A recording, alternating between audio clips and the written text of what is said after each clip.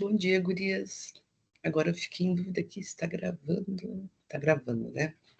Então, bom dia. Vamos dar início a mais uma mentoria da Trilha 2 sobre JavaScript.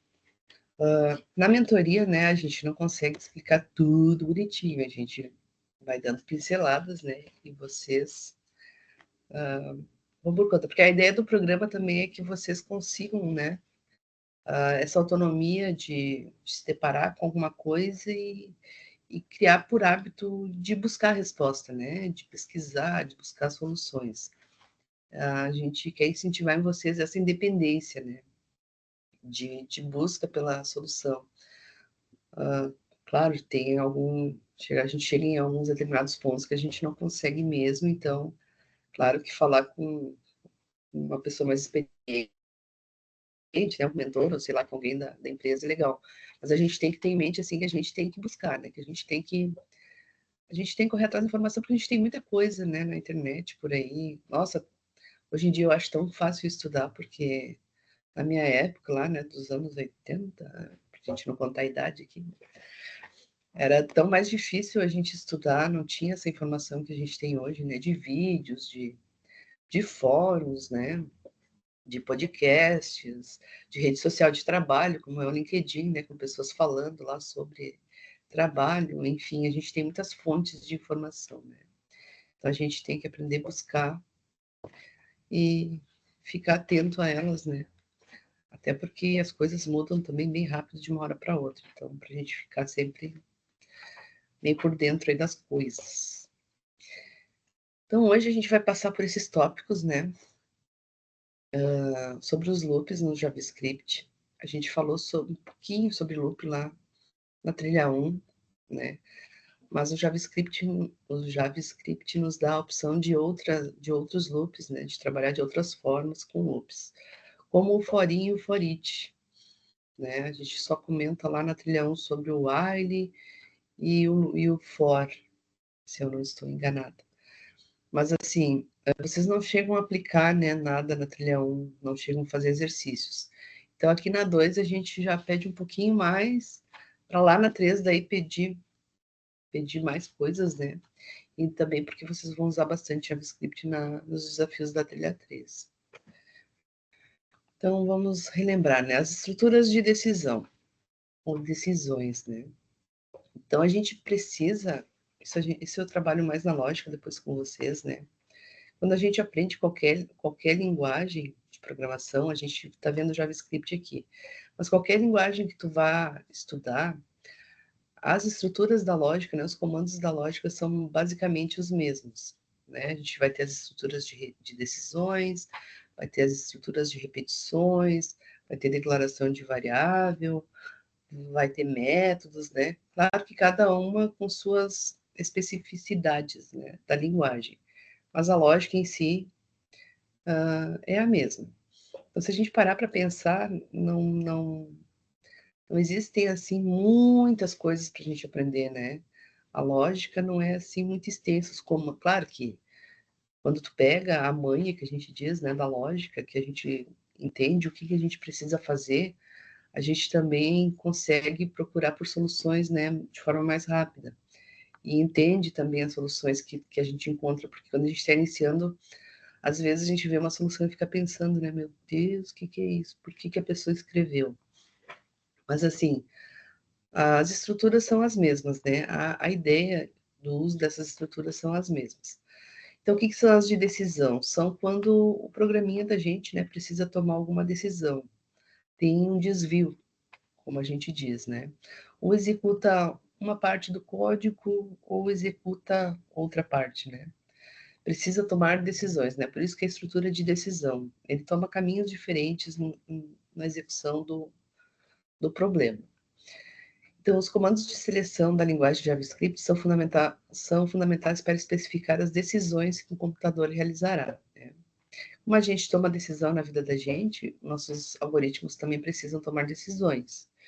Então, a gente tem esse tipo de estrutura para fazer isso. E para fazer escolhas também, né? Por isso que a gente tem o switch escolha. Escolha no sentido assim, por exemplo, se eu tenho uma nota de um aluno, né? e eu preciso que a máquina verifique para mim, né, se essa nota do aluno está, se o aluno está em recuperação, se o aluno está reprovado ou se o aluno está aprovado, ou se foi aprovado com mérito, sei lá, tirou nota 10, por exemplo. Olhem quantas tomadas de decisões para a mesma nota, né? Eu preciso que a máquina faça para mim. Preciso que verifique se a nota é menor que 5, por exemplo, para dizer que ele é reprovado. Preciso, em outro teste, colocar a situação para verificar se a nota está entre 5 e 7, por exemplo, para ver se está em recuperação. Outra condição, né? Outra estrutura de decisão para verificar se a nota está entre 7 e 9, ou se a nota está entre 9 e 10, por exemplo, para a última situação. Então, né, para esse tipo de situação, quando o algoritmo precisa fazer escolhas, né, tomar decisão se vai fazer um código ou outro, a gente tem esse tipo de estrutura. Então, entre os comandos de seleção, temos os comandos if e else, que é o se não, e o switch, que é o escolha. O if. O comando if é o mais básico de todos os comandos de seleção e deve ser usado com as duas letras minúsculas, né? Então, sempre quando a gente vai escrever os comandos na linguagem do JavaScript, a gente escreve de forma minúscula. Vocês vão notar, né, que o Visual Studio, o Visual Code, ele muda a cor, né, das palavras reservadas da linguagem. O que seriam as palavras reservadas? As palavras que a linguagem usa, né? As palavras específicas da linguagem. Essas palavras, por exemplo, eu não consigo, eu não posso, não devo, e ele não deixa eu criar variáveis com esse nome. Eu não posso criar a variável if, por exemplo, né? Porque o if é uma palavra reservada da linguagem. Então, o comando if em JavaScript é usado para realizar uma condição e executar um bloco de código somente se essa condição for avaliada como verdadeira. A estrutura básica do if em JavaScript é a seguinte. Então, eu vou ter o if, uma condição. O que vocês pensam quando eu falo em condição? O que vem na cabeça de vocês? É como se fosse um teste, né? Uma condição, como se fosse um teste. Mas no caso dessa condição aqui, ela só vai ter dois tipos de retorno, ou verdadeiro ou falso, né? E o if, ele só vai executar se essa condição der verdadeira. Nessas condições aqui eu uso os operadores relacionais, lembram? Maior, menor, igual, diferente. Então eu sempre vou testar, né, uma coisa em relação à outra. Porque a máquina não consegue definir se uma coisa é verde ou azul. O que ela vai fazer? Ela vai comparar os bits, né? Para ver se aquilo é igual à coisa que está do outro lado do teste. Então, é nesse sentido que a gente vai usar as condições. Então, se o if, né, se essa condição for verdadeira, ele vai executar o comando que vem logo a seguir. Por padrão, ó, e se a gente usar 100 chaves, o JavaScript aceita quando a gente tem apenas um comando dentro da condição. Mas por padrão a gente sempre usa chaves, né, para deixar claro assim que esse comando é da estrutura if. Não, a gente não usa 100, mas ele aceita se a gente colocar sem chaves.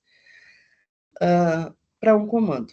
Porque se para um comando já entende, né, que o comando que vem a seguir é da estrutura. Se tiver mais de um, aí ele já não sabe. Então, por isso que quando eu tenho um comando, dois comandos, três comandos, eu preciso abrir chave e fechar chave, para dizer que todos esses comandos aqui são da estrutura if, né?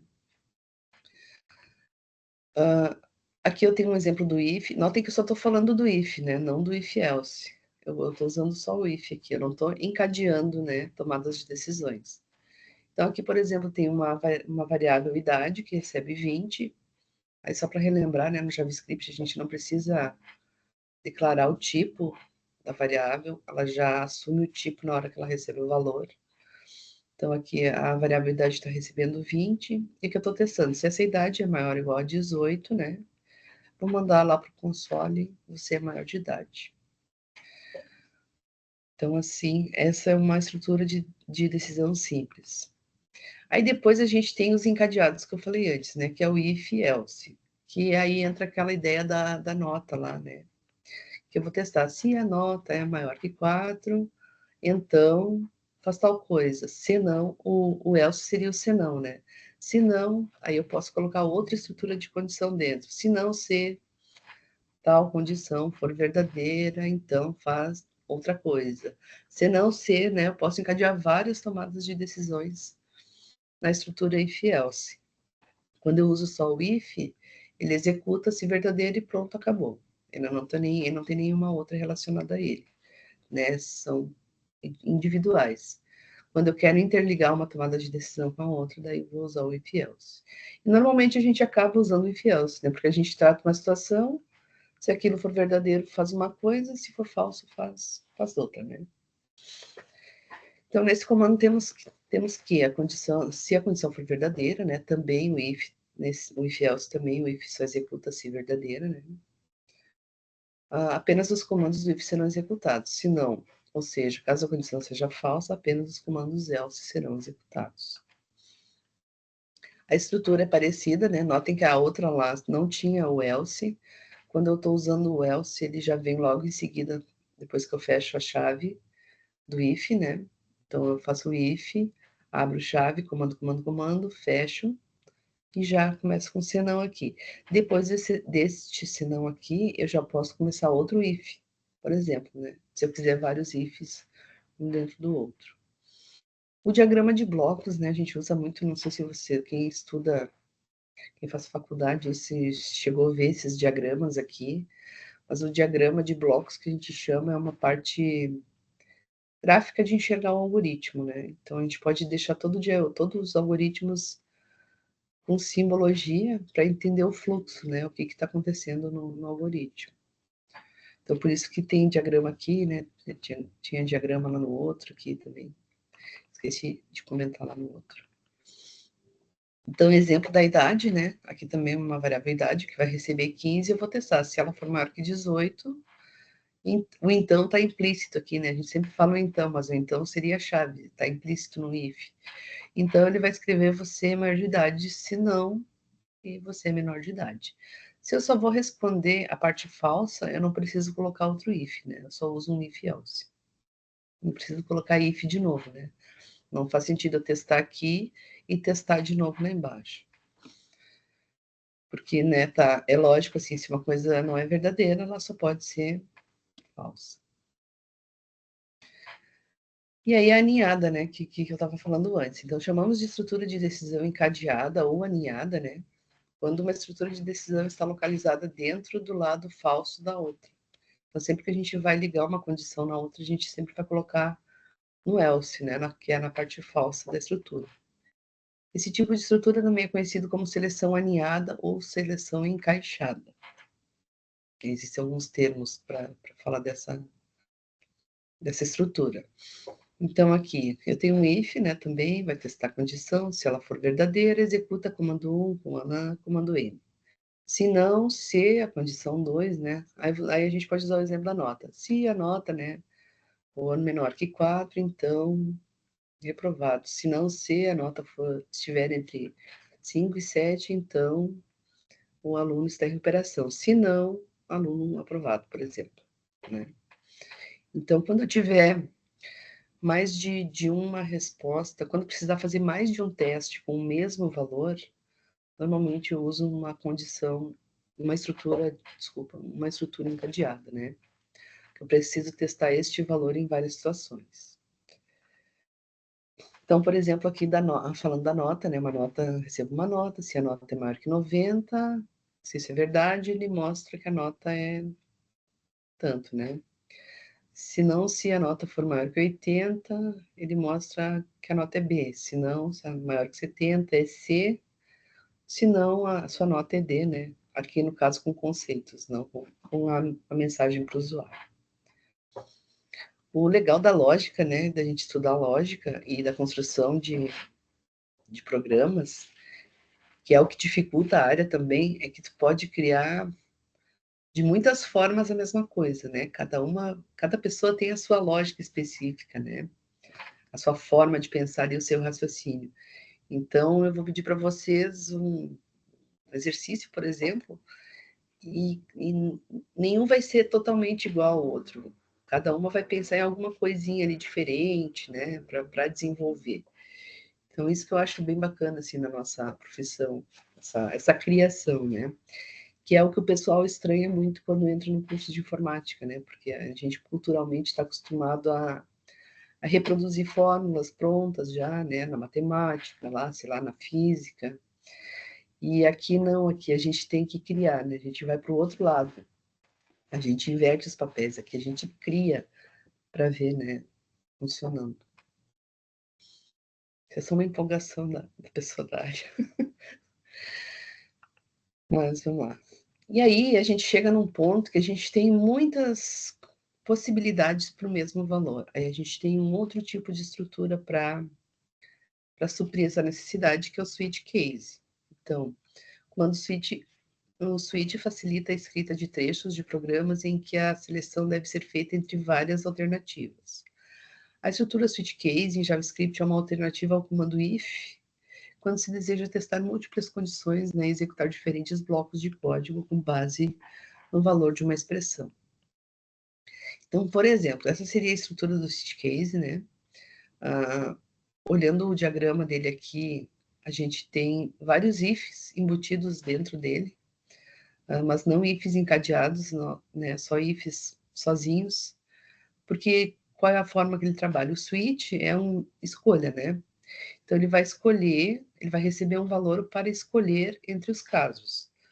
Então aqui switch, né, a expressão que é o valor que ele vai testar, e esse valor vai cair nos casos. Então, caso o valor seja igual a tal coisa, ele vai executar uma coisa. Daí ele, se for isso, né, se for o primeiro caso, se o primeiro caso for verdadeiro, porque ele também testa, né, não tem um teste ali, mas se o que tiver no caso 1 for o valor que eu quero, ele já vai executar, dar esse break aqui e parar a estrutura. Ele não vai passar pelos outros casos. Diferente do if-else, né? Se usar uma estrutura, um if-else com vários valores, ele acaba passando por toda a estrutura, né? Porque ele não tem um break ali no meio do if-else para interromper. Então, isso lá, né, num programa muito grande, isso afeta um pouquinho no desempenho, né? Claro que essas coisas a gente também vai se dando por conta depois com a prática. Mas o switch, né, ele testou, deu verdadeiro, ele já dá um break e já faz, e já para, né? Ele não testa os outros casos. Aqui eu tenho um exemplo, eu não sei se vocês conseguem enxergar, acabou ficando pequeno porque a estrutura ficou grande. Mas eu tenho aqui ó, uma variável chamada dia da semana, né, que recebeu um valor. Claro que esse programa aqui, ele tá achatadinho, né? Porque a gente não faria dessa forma, a gente não colocaria o valor direto, a gente pediria para o usuário digitar, por exemplo, né?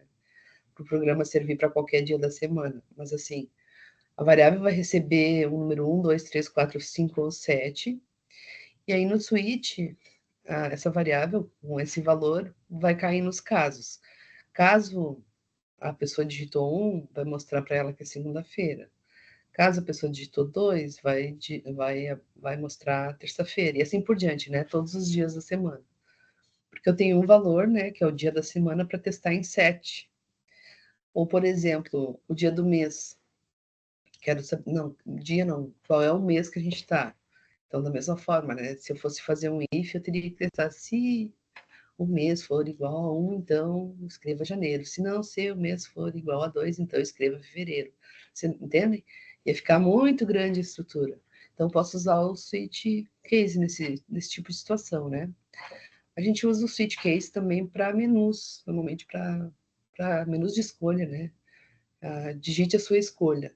E essa estrutura dentro de um laço, né? Digite a sua escolha. Se for um, sei lá, laranja. Se for 2, morango. 3, abacaxi. 4, nenhuma das anteriores, sei lá, né?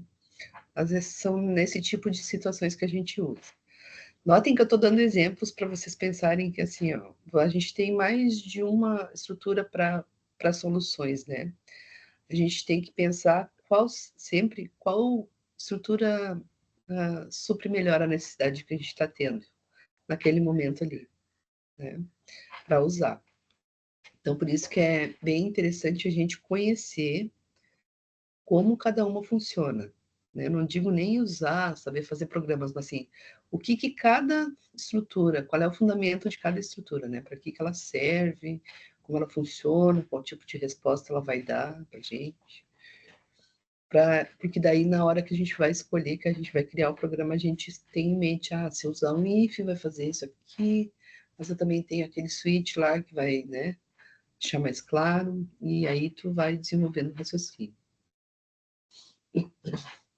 Aí depois a gente tem as estruturas de repetição, né? Então a gente estava falando das de decisão, as estruturas de decisões. Aqui agora a gente tem as de repetição. Então, as estruturas de repetição são usadas quando você precisa executar um bloco de código várias vezes com base em uma condição específica. Elas são úteis para automatizar tarefas repetitivas e evitar a repetição de código. Por exemplo, eu quero fazer um programa onde a pessoa digita um número, né? Beleza, eu preciso de estrutura de repetição. Mas e se eu precisar que a pessoa digite 1000 números, né? Não vou botar 1000 leituras ali. Né? Input para ler um valor, outro input para ler outro valor, outro input para ler outro, entende? Eu vou colocar esse input dentro de uma estrutura para isso ser repetido, né? Para a pessoa ficar. Para a pessoa só ficar repetindo os valores, não para o nosso código, né? Então, pensem que uma estrutura de repetição vocês vão colocar por fora do que vocês já faziam, né? Por fora de uma declaração de variável, por exemplo, por fora de um laço. Pensem assim, eu vou usar uma estrutura quando eu quero que algo se repita, né? É bem como o nome já diz. Então, os comandos utilizados em tais situações são chamados de comandos de interação. São eles o for, percorre um bloco de código várias vezes, o for-in percorre as propriedades de um objeto, o for-in e o for-off daí é mais lá para orientação, né? Quando a gente vai dar uma pinceladinha lá em classe, né? Aí nessas, que nem eu falei, né? Todos eles são laços de repetição, mas aí a gente vai conhecer como cada um funciona e vai, né, ver qual deles se encaixa melhor na situação que tu tem. O for-off também percorre os valores de um objeto interável. O while percorre um bloco de código enquanto uma condição especificada é verdadeira. O do while também percorre um bloco de código enquanto uma condição especificada é verdadeira, mas executa esse bloco de código pelo menos uma vez, né? Eles têm diferença. Então, o for, né? O tradicional for. No fim das contas, a gente acaba usando muito mais o for. Eu não sei vocês, mas quando pensa na repetição, já pensa direto no for, porque eu particularmente acho a estrutura dele mais simples, né, para usar. Então, a estrutura for é usada quando você sabe antecipadamente quantas vezes deseja repetir um bloco de código. Ela consiste em 3 partes: inicialização, condição de continuação e expressão final. A gente até fala que o for é uma estrutura de repetição determinada, porque, né, tu sabe onde vai começar e tu sabe onde vai terminar. Claro que se a gente estiver usando vetores, a gente tem a propriedade length. Da mesma forma, né, a gente sabe que vai começar no índice que tu definir e vai terminar no final do vetor, né, que é lá no length, no valor do length. A estrutura geral dele, né, é uma inicialização, dizer onde ele vai começar, uma condição que também tem que ser verdadeira, né, para ele executar, e uma expressão final. O bloquinho, o diagrama de blocos dele seria verdadeiro, né? Ele tem que ser verdadeiro. Se ele for verdadeiro, ele entra no laço de repetição. Se a condição falhar já de início, né? Ele nem entra na repetição, ele sai fora, não executa. Mas depois que entra, ele fica repetindo até, né, a condição ser verdadeira. No momento também que falhar a condição, ele sai fora. Por exemplo, aqui. Eu vou começar a variável, o valor vai começar no i, no zero, desculpa. Aqui nessa estrutura eu já declaro o índice de cara, né, dentro do próprio laço. Então aqui eu tenho uma variável chamada i que vai começar em zero. A gente costuma falar enquanto, né? Enquanto é a outra estrutura, mas enquanto esse i, né, for menor que 5, enquanto essa condição for verdadeira, né? Falei menor, falei maior, não, menor, né? Enquanto esse i for menor que 5, ele vai fazer o incremento da estrutura. O i mais mais, né? Que ele vai adicionando uma volta, né? Vai fazer o laço caminhar, que a gente diz. Se a gente não tem essa estrutura aqui, um incremento, ou colocar uma condição que ele nunca chegue ao fim, o laço fica infinito, né? A gente tem um loop infinito. Então, sempre a gente tem que cuidar onde o laço vai começar, a condição, né, que tem que ser verdadeira enquanto o laço estiver executando, né? Não pode ser verdadeira infinitamente. Se eu colocasse aqui, ó, por exemplo, ver I é 0, I é menor que 5 e I menos menos. Ele vai ser sempre menor que 5, né? Vai ser 4, vai ser 3, 2, 1, 0, menos 1, menos 2. Se eu invertesse aqui o incremento, né? Porque eu posso, como eu faço o laço incrementar, eu posso fazer o laço decrementar. Consigo usar das duas formas. Se eu coloco uma condição que nunca vai terminar, ele vira loop infinito, né? Daí acaba travando o programa. O programinha que a gente faz. Então, essa é a estrutura bem básica do for, né? Eu, particularmente, gosto muito de usar o for. O for each. O método for each, ele também é chamado de método, né? Mas ele faz uma repetição como se ele fosse um for. É um método disponível em arrays e JavaScript. Ele executa uma função de callback, que seria de chamada, né? Para cada elemento do array. Esses laços aqui, na trilha 2, só para comentar que eles existem, tá? Eu não vou pedir eles na trilha 2. Vocês vão ver eles de novo lá na trilha 3 e aí vão usá-los, tá? Mas ele faria uma interação com cada elemento e executaria alguma coisa, né? Com cada elemento de um array. A gente nem falou de array ainda, né? A gente vai falar na próxima mentoria. Mas, né, então, a gente também tem esse for each que ele vai fazer uma chamada para cada elemento de um vetor. Por exemplo, a função de callback é executada para cada elemento do array, imprimindo os valores de 1 a 5 no console. Então, aqui eu tenho um array, né, que seria um vetor. Não sei se vocês lembram do array lá da trilha 1, a gente só deu uma pinceladinha também, né? Mas a gente poderia interpretar assim, neste array aqui, para cada elemento, eu vou ter uma função, né, que vai executar alguma coisa.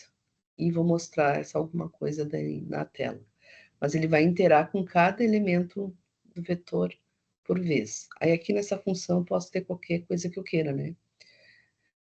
Mas assim, ele faz uma interação e executa alguma ação em cada elemento do vetor. Mas aí a gente fala depois dos vetores, né? O vetor é uma variável composta, né? Uma variável que vai guardar mais de um valor. Mas deixa o assunto do array para a próxima, né? Aí eu tenho o for off também, o loop, que é usado para interar sobre elementos interáveis como arrays, strings ou objetos. Aí os objetos vêm lá da orientação, né? Das classes, quando eu crio um objeto de uma classe lá, quando eu instancio uma classe, né? Não sei se vocês já viram a orientação objeto, mas é um paradigma da informática, né? Eu sempre escuto farofa, o forofa e farofa, é parecido. Né? Então, a orientação a objetos aí caberia aí uma trilha, né, só para orientação a objetos. É um assunto bem extenso que a gente não aprende numa mentoria ouvindo uma vez alguém falar, né? Tem todos os paradigmas lá e conceitos que envolvem a programação. A gente consegue também programar orientado a objetos no JavaScript, que seria em resumo, mas um resumo assim bem grande, né? A gente programar de uma forma mais segura, porque a gente pode definir privacidade para variáveis, né? Nem todo código enxerga as variáveis, a gente cria modelos, né? Que são as classes, a gente cria cópias dessas classes. E aí vai, né? O assunto é bem extenso.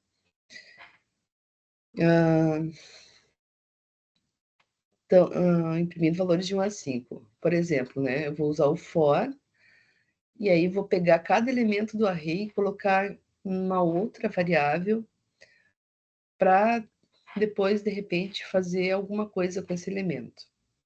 Mais ou menos assim, bem por cima, né? Porque quando eu tenho um objeto, né? Ele itera sobre objetos. Dentro de um objeto eu tenho vários valores. Eu não sei se vocês já estudaram isso, mas um objeto pode ter um nome, que é uma string, a idade, que é um inteiro, Tem vários valores, né, dentro de um objeto. Então, eu posso interar, né, sobre esse objeto com esse for off. Mas aí a gente deixa ele lá para trilha 3, tá? Porque assim, daqui a pouco começa a pensar, meu Deus, quanta coisa, eu já não sei mais. Calma, né? A ideia não é assustar. E também temos o forim.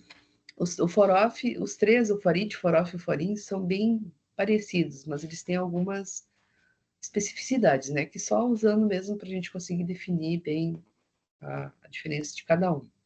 Eu trouxe lá no material um vídeo para cada um para vocês verem, né? A pessoa mostrando lá no código direitinho. O comando forim é usado para iterar sobre as propriedades enumeráveis de um objeto. Ele percorre cada propriedade do objeto e executa um bloco de código para cada interação. É bem parecido com a ideia, né? Deles é bem parecido.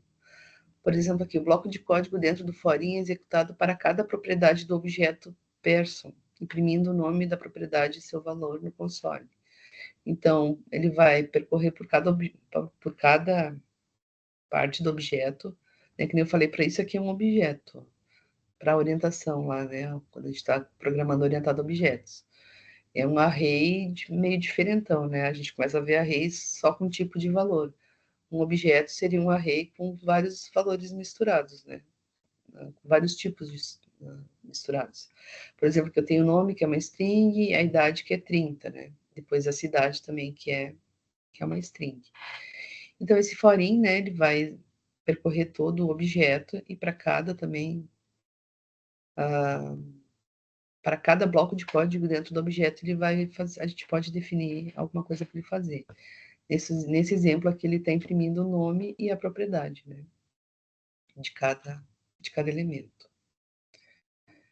Assim, para vocês irem pensando, depois lá na trilha 3 também a gente vê a quantidade de métodos também que o JavaScript tem para facilitar, né, muitas lógicas que a gente não precisa criar, que ele já tem pronta, né, que a gente só usa. Aí depois o while, né, vocês viram que o meu slide tem 35, né, a pessoa se empolgou falando aqui de laço na hora de fazer. O loop while, né? Então, a estrutura while é usada quando você deseja repetir um bloco de código enquanto uma condição específica for verdadeira. É a mesma ideia do for, né? Só que a gente usa o while, por exemplo, quando eu quero que um loop encerre quando alguma coisa aconteça. Por exemplo, enquanto o usuário não digitar 0, o laço fica executando. Enquanto o usuário não acertar a opção do menu lá que eu coloquei para ele, o menu fica aparecendo na tela. Ele não é determinado, né? Por isso que o nome já é enquanto. Enquanto alguma coisa não acontecer, o laço fica executando, tá? Mas também é um laço de repetição, né? Só que, como eu falei, tem essas peculiaridades. O bloco de código dentro do while será executado enquanto a variável i for menor que 5, imprimindo os valores de 0 a 4 no console. Então, tem coisas que eu consigo resolver com while, tem coisas que eu consigo... com while e com for, né? Tanto faz qualquer um dos dois. Mas o while é mais usado em situações, né? Que eu espero alguma coisa. A outra coisa diferente também é que quando eu uso o while, por exemplo, aqui, ó, o i recebe 0, né? Enquanto o i for menor que 5, ele vai ficar mostrando o i aqui. Então, ele vai mostrar o 0, depois vai mostrar o 1, o 2, o 3, o 4, o 5, né? Ele faz todas as repetições enquanto a condição for verdadeira. Quando a condição falhar, ele para de executar o laço. Só que para o while continuar executando, eu preciso ter uma variável que incremente, né? Também dentro da estrutura. Que diga, né? Ó, uma volta, depois mais uma. Que fique contando, né? A quantidade de repetições para ele testar a condição. Lá no for, ele já faz isso meio que de forma embutida, né? A gente tem que colocar uma variável contadora dentro do laço while, que fique contando, né, a quantidade de voltas que o laço dá. E aí a gente tem o do try while, né, que é o do while.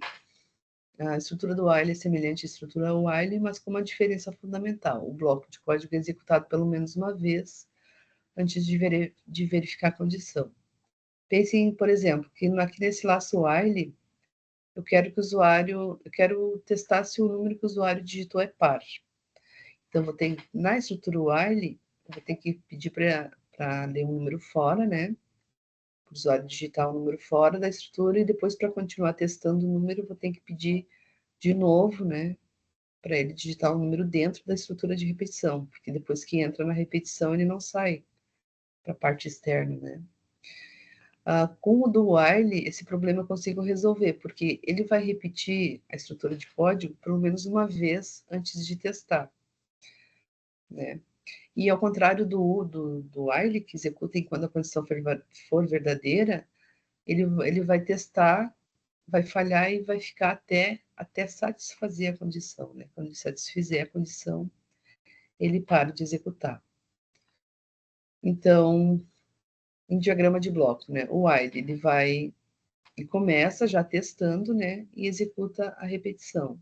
O do while, eu posso ter um trecho de comandos para testar pelo menos uma vez, né, para executar pelo menos uma vez, e aí depois ele entra na estrutura de repetição. Eu gostei desse GIF aqui, né, que mostra um exemplo bem simples. Vocês lembram lá do Papalégua e do Coiote, né? Então, o Coiote é que ele, enquanto, né, não for o fim do caminho, ele corre. Então, ele vai testar antes de correr. E o Coiote, coitado, né, ele correu para depois testar se era o final do precipício e sempre caía, né? Sempre se dava mal lá no desenho. Então, seria mais ou menos isso, né? O do while já testa para executar e o do while consegue executar uma vez um trecho de código, né, para depois testar. E aí eu trouxe aqui um Saiba Mais para vocês com um videozinho sobre cada estrutura que a gente comentou aqui. E o W3 lá também, né, com a farofa aqui lá. Olha, isso aqui ficou loop for off, ponto ASP, ficou farofa aqui, né? Para vocês darem uma olhada, não criem ansiedade, né? Que são muitas coisas para estudar, são muitas estruturas diferentes. Isso também tem que acontecer naturalmente, né? Tu vai pegando aos poucos ali, começa a fazer exercícios. Então, o que eu quero dizer assim, que a gente não fica expert na primeira vez que começa a ver e estudar. Claro que agora, como vocês já sabem que existe, né? Por exemplo, sei lá, tu te depara uma situação que tu tá usando um objeto. A Rafa falou daquele laço lá, que, né, que inteiro sobre objeto, vou dar uma olhada nele. E aí começa a estudar sobre ele para usar, né? Eu quero dizer assim que a gente não consegue, eu de cabeça, eu não me lembro nem da metade do que tem na linguagem, né? Mas eu sei que tem, que dá para fazer. E aí, o que eu faço quando eu preciso resolver alguma coisa? Eu vou pesquisar, né? Eu vou estudar, vou lá no W3 School, ou vou lá na documentação, vejo exemplos, né? E aí eu relembro, né? E consigo usar. Mas assim, de fazer qualquer coisa, faz tal coisa aí. Algumas coisas eu não sei fazer, porque eu me lembro, não programo todo dia, né? A gente acaba, às vezes, trabalhando com algumas partes específicas, né? E deixa outras de lado. Mas aí, conforme tu começa a estudar, tu vai lembrando, mas isso aqui dá para fazer, né? Isso aqui eu sei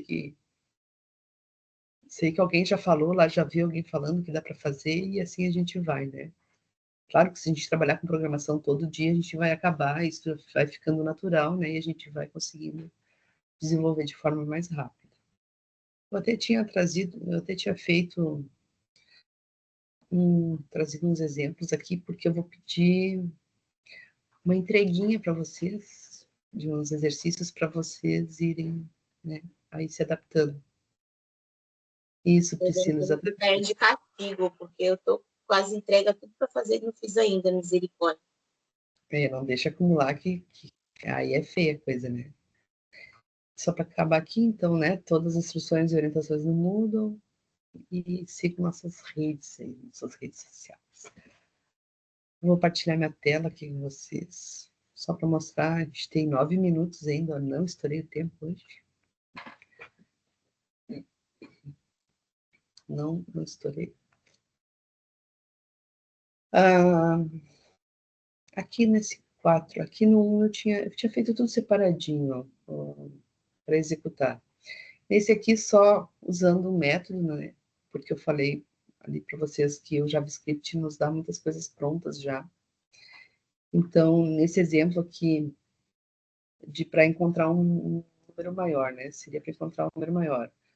Poderia usar o if, mas também eu tenho um método, né? Que vai me poupar todo aquele trabalho do if, me poupar o trabalho de usar toda a estrutura do if. Agora eu tirei a tela, peraí, deixa eu voltar.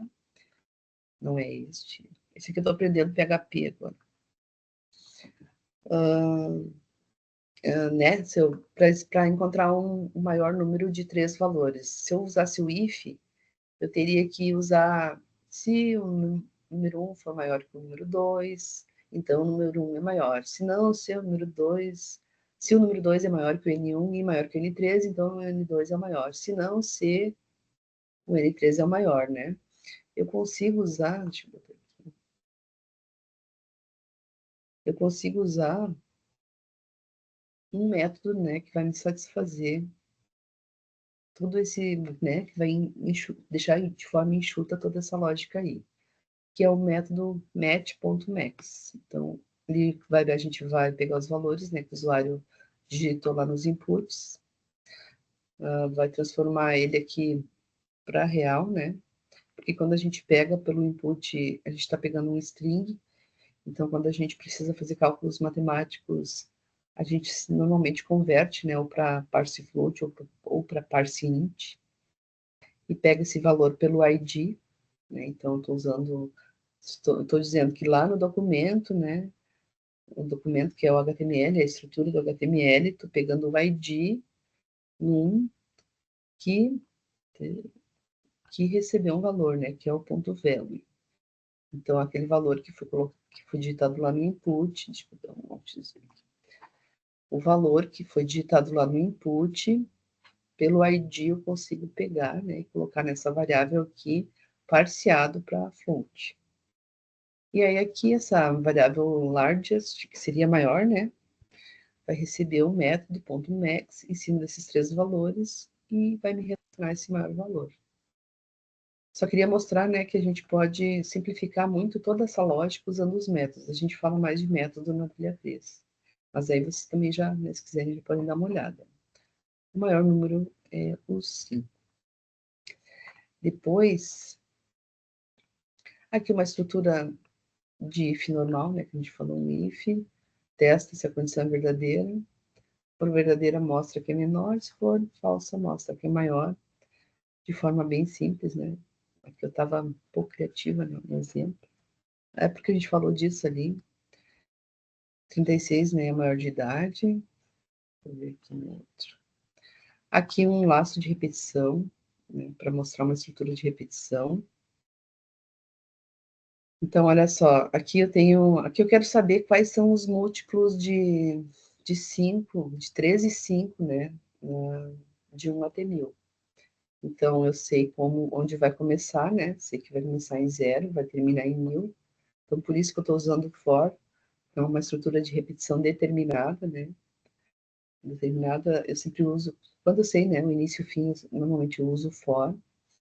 Então, declarei o i dentro dele aqui, disse que ele recebe 0, né, a condição, enquanto o i for menor que 1000, o incremento para fazer, né, o laço executar. No momento que ele começa a executar, o valor do i já fica atualizado nessa variável, no próprio i, né? Então, aqui o i vai ser 1, depois o i já vai ser 2, 3, 4. Não preciso da variável contadora, né? Para ficar contando as interações como no while.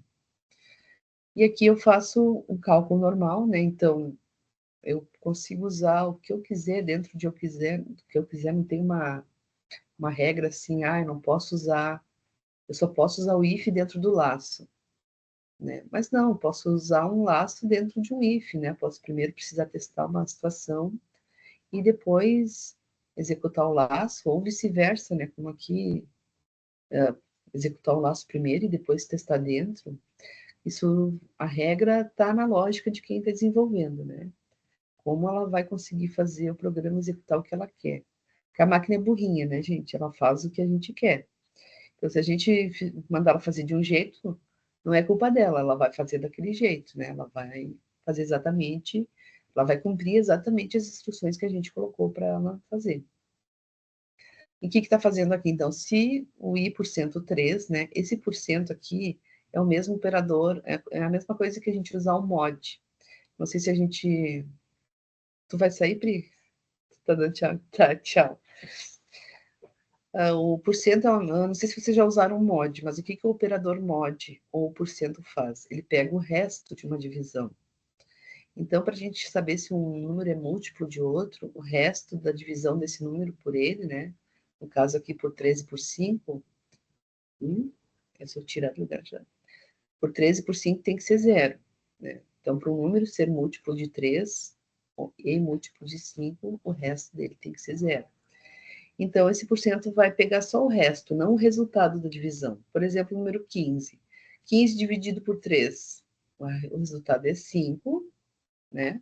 Porque 3 vezes 5 é 15, e o resto é zero. Então, por isso que ele compara. Ó. Se o i por cento 3 é igual a zero, ou i dividido por 5, o resto também é zero, ele vai fazer uma soma aqui desses números, né? Vai fazer a soma dos múltiplos. Então, isso que eu queria, né, só comentar, que 1% pega o resto. E daí, né, pega o resto desse cálculo, compara, né, com o zero. Esses 3 iguais aqui é para dizer que o valor, né, e o tipo são iguais, né? Eu também funciona com 2 iguais, mas quando eu quero que uma coisa seja bem igual, né? Assim, o tipo e o conteúdo sejam iguais, eu uso os 3 iguais. O operador lógico, o ou aqui, para dizer, lembram da regra do ou? Pela regra do ou, né, dos operadores lógicos, se um dos testes for verdadeiro, a resposta geral dos testes é verdadeira.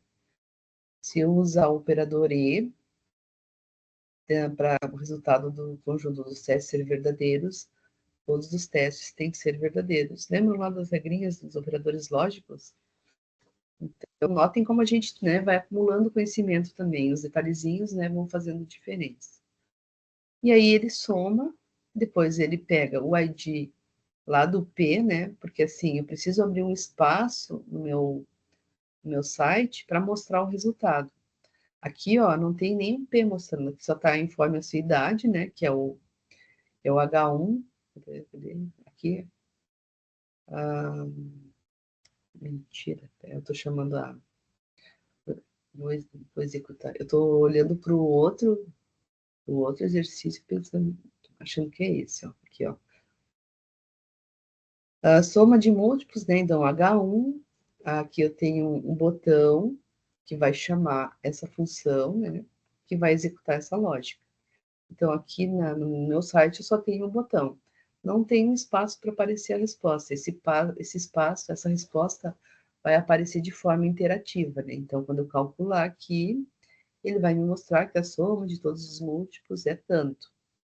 Então, mas por que isso acontece, né? Porque eu estou dizendo que lá no documento, pelo ID tal, né, que é o ID result, pelo ID result, eu vou colocar um texto, né? O inner text mostra o valor. E qual texto é, e qual valor é esse? A soma de todos os múltiplos, né? Tarará. E a variável sum que tem, sum que tem o resultado, né, dessa soma. Porque daí ele vai executar, volta 1. Por exemplo, número 0. 0 não é divisível por 3 nem por 5, não soma nada, vai para o 2. Daí ele vai dividir o 2 por 3 e 2 por 5, né? Se for verdadeiro, ele soma, senão ele vai para o próximo e assim até 1000. Imaginem se eu tivesse que fazer esse cálculo aqui, né, 1000 vezes. Então aí a gente consegue ver bem, né, a importância de uma estrutura de repetição. Certo? Ó, 9 horas consegui. Vocês têm alguma dúvida, gurias? Porque assim é bastante informação, né, para a gente assimilar de cara. E aí eu vou colocar a seguinte tarefinha para vocês aqui também, aproveitar já que eu estava compartilhando a tela. Vou colocar 3 exercícios para vocês, bem parecidos com esse que eu mostrei, tá? Mas para vocês fazerem lá com o JavaScript, né? Então, se quiserem fazer um front, façam, ou como eu fiz aqui, né? Só pode botar. Eu não botei style nenhum aqui, né? Eu só usei o script direto, que é só o HTML e o script. Mas se quiserem fazer um frontzinho bonitinho, né, para mostrar o resultado, aí fica a gosto de cada uma, né, como quer fazer o seu programa. E é isso. Alguma pergunta? Agora não, só depois. Tá tentando processar tudo que você falou. Travou. Né? Travou tudo. Ah. É muita informação, né? Mas que nem eu falei, né? A gente sabe que existe agora. Agora vocês vão olhar os vídeos, né? E não vão, de repente, não vão usar nada agora. Mas em algum momento, dependendo da situação, vocês podem precisar usar. E vão lembrar, a Rafa falou disso lá, né? Aquela vez, vou dar uma olhada aqui na documentação, em alguns vídeos. Né? Aí façam aqueles 3 exercícios ali, usando o que vocês acharem melhor, né? Não precisa usar todas as estruturas. Se quiserem também testar, né? Fazendo while, fazendo for, para ver, né, a diferença de um do outro. Aí fica com vocês. Tá bom, meninas? Então, um feliz Dia dos Namorados, né? Hoje é Dia dos Namorados. Bons estudos e bom restinho de semana. Não esqueçam que hoje de noite tem a mentoria, né? A menina vai falar sobre designer. É uma pena que eu não consigo. Já tô lá. É uma pena que eu não vou conseguir participar, eu só vou assistir depois, né? Porque nesse horário eu tô em aula na minha escola. Ô, Rafa, você vai participar do evento que vai ter dia 4 de julho? Aonde? Em São Paulo, não, né? Não consigo, né? Não colocou lá descodificado. Falei, será que as meninas vão estar também? Não, então, quem puder ir, quem estiver perto, pode ir. Vai ser um evento aberto ao público. Eu não consigo, a gente ainda nem tem aeroporto aqui funcionando direito, né? Por causa das enchentes e tal. E eu tenho uma escola também, né? Eu trabalho de noite, todos os dias eu dou aula das 7 às 11. Então, meu tempo fica curtinho aí para participar, né? Eu não consigo participar das mentorias à noite. Daí só a Fabi que vai participar com vocês. Quem sabe um dia você vem para São Paulo, a gente se encontra. Olha, 2 vezes para São Paulo já, agora tá mais difícil. Sim, uma hora a gente consegue, né? A Fabi pensa muito nisso, assim, né? De fazer um encontro das descodificadas Ia ser legal. Para tentar reunir o máximo de pessoas, né? Pra gente se ver ao vivo, assim, porque a gente só se vê pela telinha, né? Pra gente se encontrar. Legal. Tá bom, meninos? Então, um beijo. Bons estudos aí. Seguimos em frente. Ok. Fortes, né? Obrigada, Rafa. Beijo, menina.